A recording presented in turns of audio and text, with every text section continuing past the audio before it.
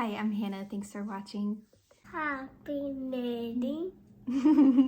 Okay, friends, today I have my part 2 of Q&A. So a while back I asked for questions, if you had any questions for me in my Instagram stories, and I got so many. And so I decided to make a few different videos. Honestly, I probably won't get through that many today because I didn't in the first episode, and I'll link that for you. But I wrote down a bunch and we'll see how many I can get through in like 20-ish minutes. But these are like a little bit more fun. The last ones I included a good mix of like knitting, serious, like how are you doing, that kind of questions. And then this one I have some more like fun personal life and knitting related questions. So before I get started, I am wearing, it's pilling. I am wearing a ranunculus sweater and it's knit in Santalina by Purl Soho. I love it. This was my first ranunculus. I knit it maybe last summer. Yeah, last summer, I think. Heavily inspired by Stephanie from Edible Thoughts Makes, and Purl Soho kindly gifted me this yarn to use for this sweater. I'm so happy with it. The only thing is that the I-cord is a little tight because I did decreases here and here. So maybe one day I'll go back and fix those, but it's not bothering me today, so I will not fix it today. It's not on my like top priorities for knitting fixes because I can still wear it, and yeah, I love it. Santalina is, I think, cotton. I think it's cotton. I think that's why it's pilling a lot in the underarms. Also because I wear it a lot. Like I wore it a bunch after I finished it. Because yeah, I just really, really like it. It's like light, cute. I don't know. I'm really happy with it. Okay, moving on. If we haven't met, my name is Hannah. I'm a mom and a knitter. I live in North Carolina. Today it's quite warm. It's very warm. I think the high today is 80 degrees Fahrenheit. So usually, I saw in the news that like a few years ago we had a huge snow this week. That's not the case this year, obviously. So it's definitely becoming no longer knit season and more like summer knit or just try and survive the heat season. It's a little early. Usually that's like June. So I don't think it'll stay this hot for a while, but it'll probably dip again before the warm is here to stay. I usually share project update videos, maybe some Q&As, sometimes knitting plans. I haven't made a knitting plans this year because my knitting plans are all over the place. And I signed up for test sits, and yeah, so I did not make a plans video because I'm just trying to go with the flow this year, so we'll see how that goes. But I'll show you what I'm working on if you want to grab your knit to knit and chat. This is what I'm working on. It's my Harlow sweater V-neck, and it's getting really close to being done. I'm working on the cuff today. The cuffs are super long. They're like 5 inches long, so I don't have the body done yet, but I wanted to finish the sleeves first, see how it fits, and then finish the body. I don't know if it will be cool enough to work on or like to wear based on my previous discussion of the weather here, but that's okay. I was talking to my sister today and I was like, it could be nice to just have a brand new sweater for the fall that I've never worn, that I love, and I didn't have to make like in the fall, you know, like I made it and it's just ready to wear. So that could also be, could be good. That's what I'm telling myself if I don't get to wear it this year. So the first question that I am answering today is, do your parents knit? They seem so interested in your hobby. No, my parents do not knit. They are very interested in my hobby though. I think they've just always been really supportive of my hobbies or interests. Like even when we were kids, they got us like knitting and sewing and stuff like that when we were just kind of interested in learning and that kind of thing. So they've always kind of had that like supportive nature of whatever I'm kind of into at the time. And so yeah, they definitely like bring back souvenir yarn or will, you know, follow some people that I follow on Instagram. I think Haley from the Knit Weekend was talking about how her dad is like one of her like #1 fans on YouTube, and how that is just so fun because he'll respond to comments and stuff like that. And yeah, I love that. I feel like my parents are also very just very supportive, and you know, sometimes watch my videos and they comment on my posts and stuff like that, but they don't knit. Yeah, but they're always happy to go to a yarn shop and look at yarn or buy some new yarn, or you know, that kind of thing. And I am grateful for that, because it's nice to just know that someone's always going to be, you know, interested in what you're doing and supporting it. So I often do make them knits, like try and make my dad a new hat every year, or every other year, make my mom something new and fun. So yeah, they're very knit worthy as well. Yeah. Okay, so what, the next question is knitting related. Why do people hold yarn double? Yeah, I'm not an expert on this. If it's yarn held double like this, where it's a Surrey or a mohair and like a wool yarn, I would say because it's a trend and it's on trend right now to hold two yarns together. I guess like for extra warmth, I chose this because the colors, so I liked that the white / beige would kind of mute the Surrey a little bit, because I don't have a lot of like variegated sweaters, so that's why I chose to do it. But if it's actually holding yarn double, like two of the same yarn held together, I don't really know. I would assume just to meet gauge if they have enough yarn. So I guess if you just want to use a specific yarn or colorway and maybe you already have it, you just hold it together. I know people also do it for DK weight socks, and I have not personally done that, but you could hold like a sock set together and make DK weight socks instead of fingering weight socks. The number one reason to do that would be because you have to knit way less. But I've talked to a lot of people who have done that, and my main concern would be that it would be uncomfortable because you could feel the two yarns held together. But everyone I've talked to has said, no, you cannot feel that. It's not uncomfortable. So I would love to try that. But yeah, I don't know. If you hold yarn double, let me know why. I just, if the pattern calls for it, then I do it. Okay, let's see. What is your favorite food-related treat? My favorite food-related treat. This is already going a lot faster than last time. What is my favorite food-related treat? I would say ice cream. That is the first thing I think of. Well, also pizza. Also French fries. So that was a lot. But definitely ice cream, if it was like a dessert thing, because I love ice cream. I always have. My favorite flavors are most of them. I love strawberry ice cream. I love mint chocolate chip. I love cherry.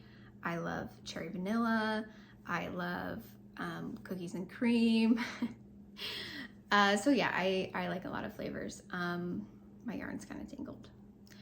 Yeah, so definitely ice cream. And I am currently dairy free. I don't think that will last forever, so I'm looking forward to when I can just eat some ice cream again.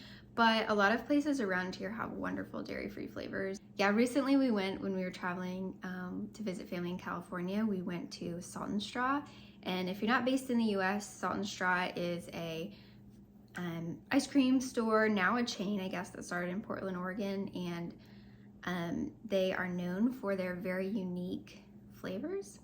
I'll put like a picture of the menu up, but they have mint chocolate chip, and it was so good. I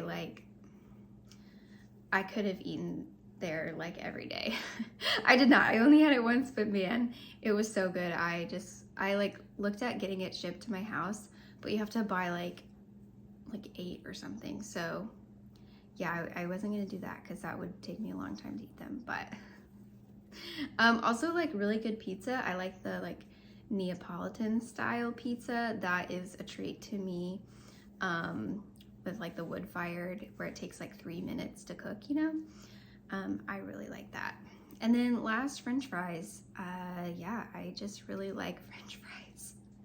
And they're not really a treat because I definitely like eat them often, but sometimes they feel like a treat if you go and get like really fancy ones somewhere, or if I'm like, I'm going to this place specifically because of the French fries. I'm not really particular about my French fries. My family loves In-N-Out. So we went to In-N-Out a lot, and I don't eat like like hamburgers, and so I got a lot of french fries, and those were so good. I know those aren't like fancy or anything, and they were so good. I don't know, they just tasted so fresh, and like they weren't greasy or anything, and I know they're not fancy, so it's not really like a treat, but man. Okay, that's enough about food. Let's see. This is another non-knitting related one, and it says, what is your favorite way to share your love of horticulture with your son? So if you don't know, and you probably do because I talk about it sometimes, but in college I studied horticulture, which is basically like, if you think of agriculture, which is like big farms and things like that, horticulture is small scale agriculture. So it could be like a home garden, it could be a garden like at an arboretum or a public garden, small scale vegetable production, or high labor and high cost agriculture, so like grapes and small fruits like strawberries and stuff, that can fall into horticulture as well. So that's what I studied in college. It was wonderful. I absolutely loved it. I worked in a greenhouse. I worked in a plant disease clinic as a lab technician for 3 years. Yeah, it was wonderful. I really loved my college experience, my professors, all of that. So anyway, how do I share that with my son?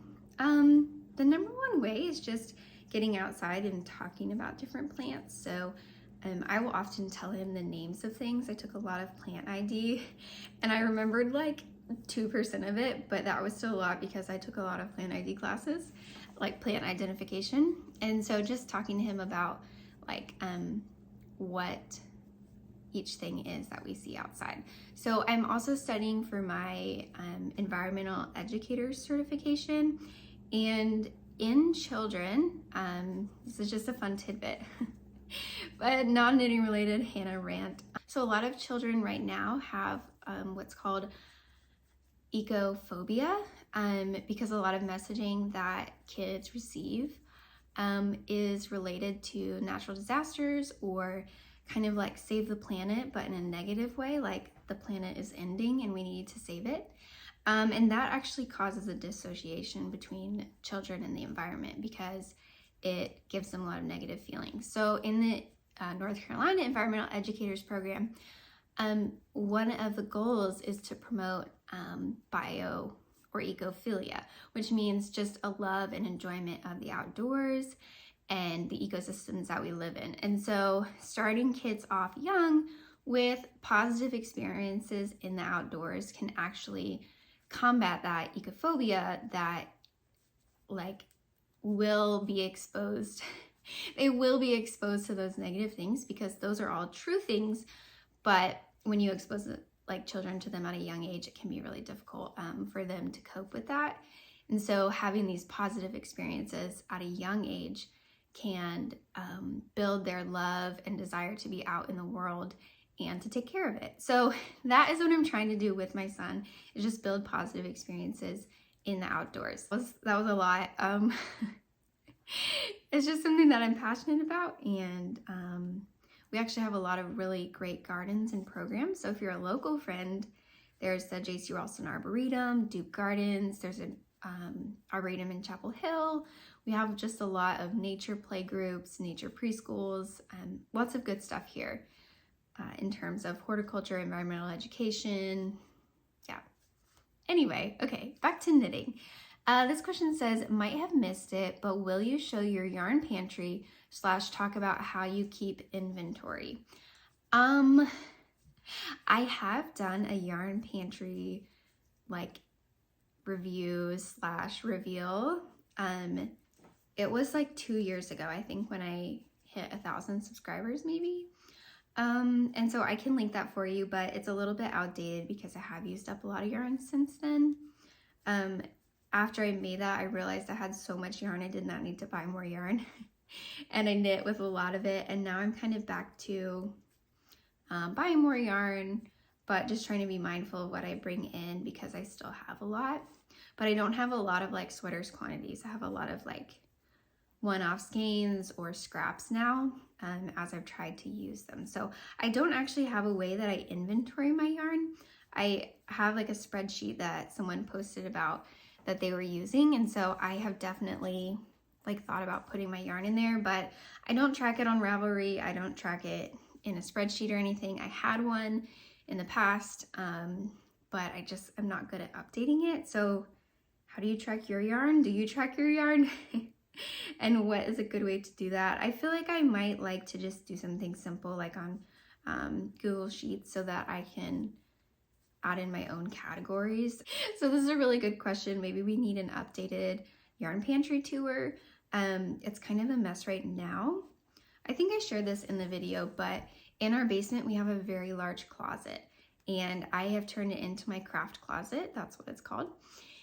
And I have like a cube organizer, and I keep all my yarn in bags, and I have like one side is all books and miscellaneous craft items, like for wool felting or crafts I do with my son, beads, things like that. And then the other half is just all yarn and tools, things like that. So I really love my craft closet. I need to clean my craft closet.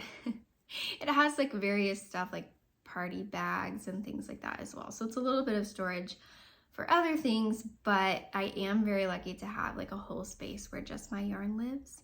That is really nice. So maybe in the future I'll do an updated one, but at this point it's a lot of like half skeins, miscellaneous skeins.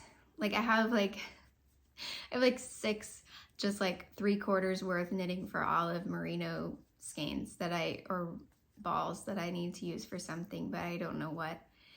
Stuff like that. So I have a lot of those right now. I don't know if that's interesting to anyone. But maybe I can post them and you guys can help me think of what to make with them.